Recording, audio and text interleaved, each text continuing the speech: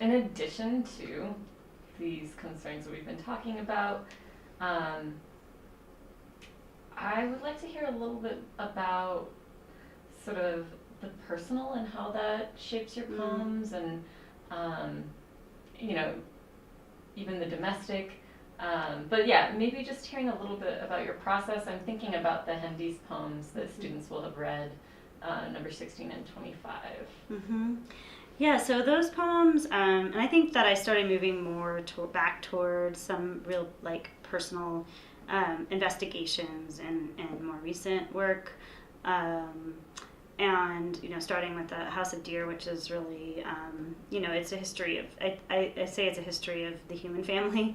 Of course, nothing could be a complete history of the human family, but it's also a history of my personal family of origin and my current family in some ways. But since since I have children, I think that the domestic and the daily in particular, and family concerns come into the poems. And with the hen days, I really wanted to write more. I don't generally write every day. I wish that I did, but I don't. But I really wanted to write more often, and I wanted to write about the daily, and I knew that if I was going to be able to do that, I would really have to almost create like a space that I could enter easily. So I was simultaneously reading Catullus, and even though you can't sort of translate his hendicosyllabic poems into English, I thought, well, he's using the number 11 in various ways. I'm going to use the number 11. I'm going to write 11-line poems with 11 syllables each, and that way I can just go and write the poem, and that whatever ends up in the poem ends up there, which is really different than the way that I normally work, which is to not have an idea form prior to the poem. But it did allow me to really just write a poem, like, relatively quickly. But I also knew that the daily and my children and animals and things like that I surrounded with myself in my daily life would end up in the poems all the time.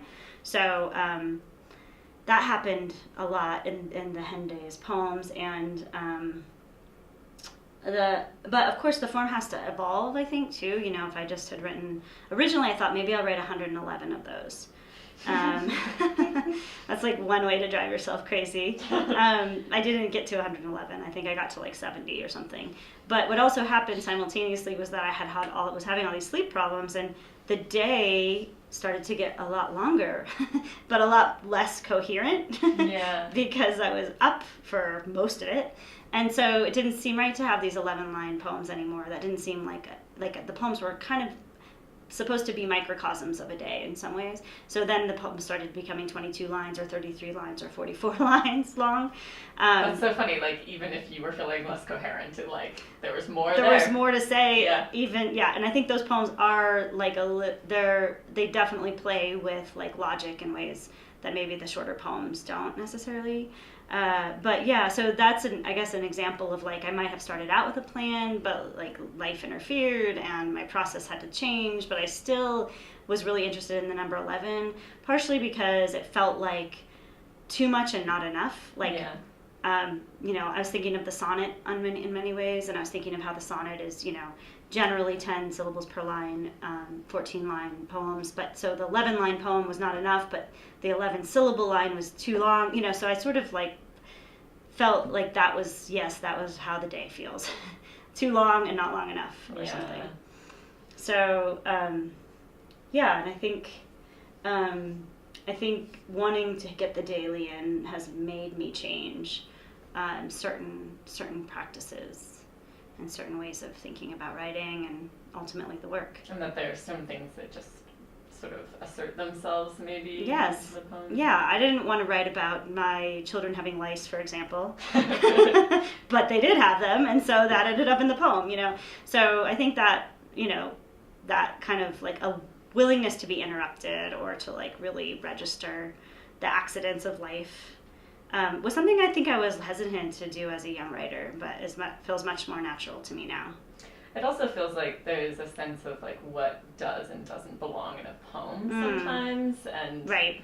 And I think that's, I don't know, exciting I feel like when I first read Alice Notley or Bernadette Mayer, I was like, oh, this can be in a poem. Yes, absolutely. It gives you such a sense of freedom and possibility. Yeah. Yeah.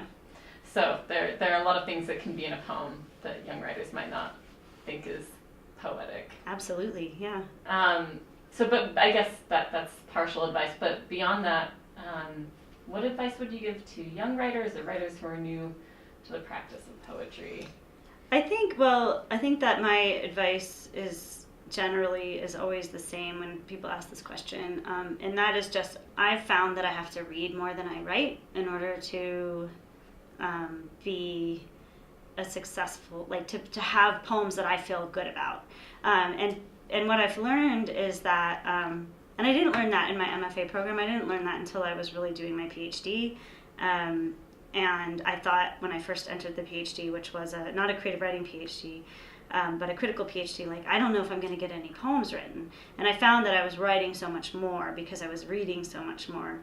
And I really feel like, I have to, like, feed the beast on some level. Like, it has to be placated with its reading before it has, like, any kind of output.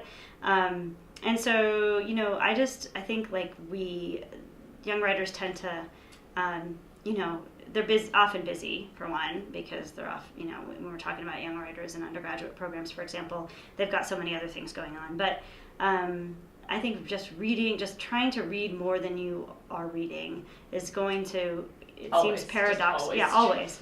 Always. Is going to paradoxically give you more time, weirdly. Like, now I get up, around 5 o'clock in the morning, so I have like an hour and a half before anybody else gets up, and I read. That's what I do. I read, I meditate, I do these things that I know are weirdly going to allow more time in the day, even though they take up a good portion of the day, or, the first part of the day for me. So, yeah, I don't know how that is. There's something magical that happens when you kind of, like, dedicate a certain amount of time to something. It gives you back that time. For me, it gives me back that time for writing. So I would say read. Yeah. Read more. We'll be making them read a lot. Yeah, exactly. Read everything that's assigned to you. Right? Yes. And then some. And then some. And then you should be reading more. Yeah. Well, thank you so much for coming and talking to me. Yeah, thank you for the great questions. Yeah. Yeah.